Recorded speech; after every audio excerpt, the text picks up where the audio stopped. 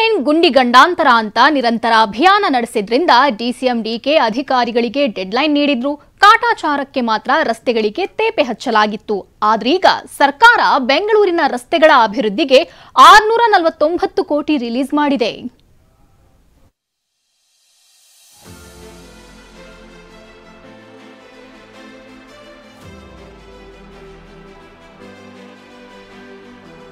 ರಸ್ತೆ ಮಧ್ಯೆ ಗುಂಡಿಗಳಿದೆಯೋ, ಗುಂಡಿ ನಡುವೆ ದಾರಿ ಇದೆಯೋ ಗೊತ್ತಾಗ್ತಾನೆ ಇಲ್ಲ.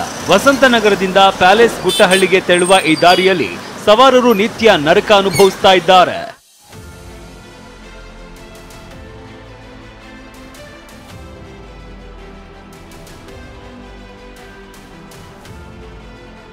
ಸೈಕ್ಲೋನ್ ಎಫೆಕ್ಟ್ನಿಂದಾಗಿ 4-5 ದಿನ ಸುರಿದ ಸಾಧಾರಣ ಮಳೆಯಿಂದ ವಸಂತನಗರ, ಪ್ಯಾಲೇಸ್ ಗುಟ್ಟಹಳ್ಳಿ, ಶೇಷಾದ್ರಿಪುರಂಗೆ ಸಂಪರ್ಕ ಕಲ್ಪಿಸುವ ರಸ್ತೆ ಅಧ್ವಾನ ಎದ್ದಿದೆ.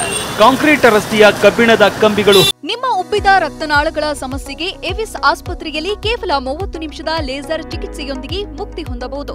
ಹೆಚ್ಚಿನ ವಿವರಗಳಿಗಾಗಿ ಸಂಪರ್ಕಿಸಿ 8088837300. ಹೊರಬಂದಿವೆ. ಪಾಲಿಕೆ ವಿರುದ್ಧ ಸ್ಥಳೀಯರು ಕಿಡಿಕಾರ್ತಾ ಇದ್ದಾರೆ.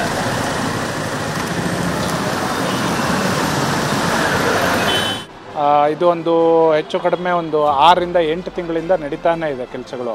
ಬರ್ತಾರೆ, ಒಂದು ಸ್ವಲ್ಪ ಟ್ಯಾಪ್ ಹಚ್ತಾರೆ, ಹಂಗೆ ಹೊರಟೋಗ್ತಾರೆ, ಮತ್ತೆ 3 ದಿವಸಕ್ಕೆ ಅದೇ. ಇಲ್ಲಿ ಎಷ್ಟೋ ಜನ ಬಿದ್ದುಕೊಂಡು ಆಕ್ಸಿಡೆಂಟ್ಗಳೆಲ್ಲ ಮಾಡ್ಕೊಂಡಿದ್ದಾರೆ. ಯಾರಿಗೆ ಹೇಳಿದ್ರು ಏನು ಪ್ರಯೋಜನವೇ ಇಲ್ಲ. ಬೆಂಗಳೂರಿನಲ್ಲಿ ರಸ್ತೆಗಳ ಅಭಿವೃದ್ಧಿಗೆ 694 ಕೋಟಿ ಅನುದಾನ. ಇವತ್ತು ಸಂಪುಟ ಸಭೆಯಲ್ಲೂ ಬೆಂಗಳೂರಿನ ರಸ್ತೆ ಗುಂಡಿಗಳ ವಿಷಯ ಪ್ರಸ್ತಾಪವಾಯಿತು. ರಸ್ತೆ ಗುಂಡಿಗಳಿಂದ ಟೀಕೆಗೆ ಒಳಗಾಗಿದ್ದ ರಾಜ್ಯ ಸರ್ಕಾರ ಬೆಂಗಳೂರಿನ ರಸ್ತೆಗಳ ಅಭಿವೃದ್ಧಿಗೆ 694 ಕೋಟಿ ಅನುದಾನ ನೀಡಿದೆ.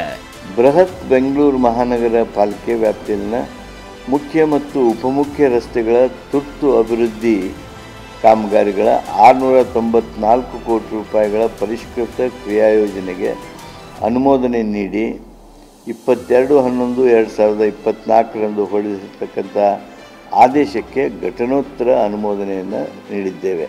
ಇನ್ನು ಕಸ, ರಸ್ತೆ ಗುಂಡಿ ಸಮಸ್ಯೆ ಪರಿಹಾರಕ್ಕಾಗಿ ಪಾಲಿಕೆ ಅಧಿಕಾರಿಗಳ ಜೊತೆ ರಾಜ್ಯ ಸರ್ಕಾರದ ಮುಖ್ಯ ಕಾರ್ಯದರ್ಶಿ ಶಾಲಿನಿ ರಜನೀಶ್ ಚರ್ಚೆ ನಡೆಸಿದ್ದಾರೆ. ಎಲ್ಲ ಸಮಸ್ಯೆಗಳ ಬಗ್ಗೆ ಮಾತನಾಡಿದ್ದು ಸಮಸ್ಯೆ ಪರಿಹಾರಕ್ಕೆ ಸೂಚಿಸಿದ್ದೇವೆ ಅಂತ ಹೇಳಿದ್ದಾರೆ.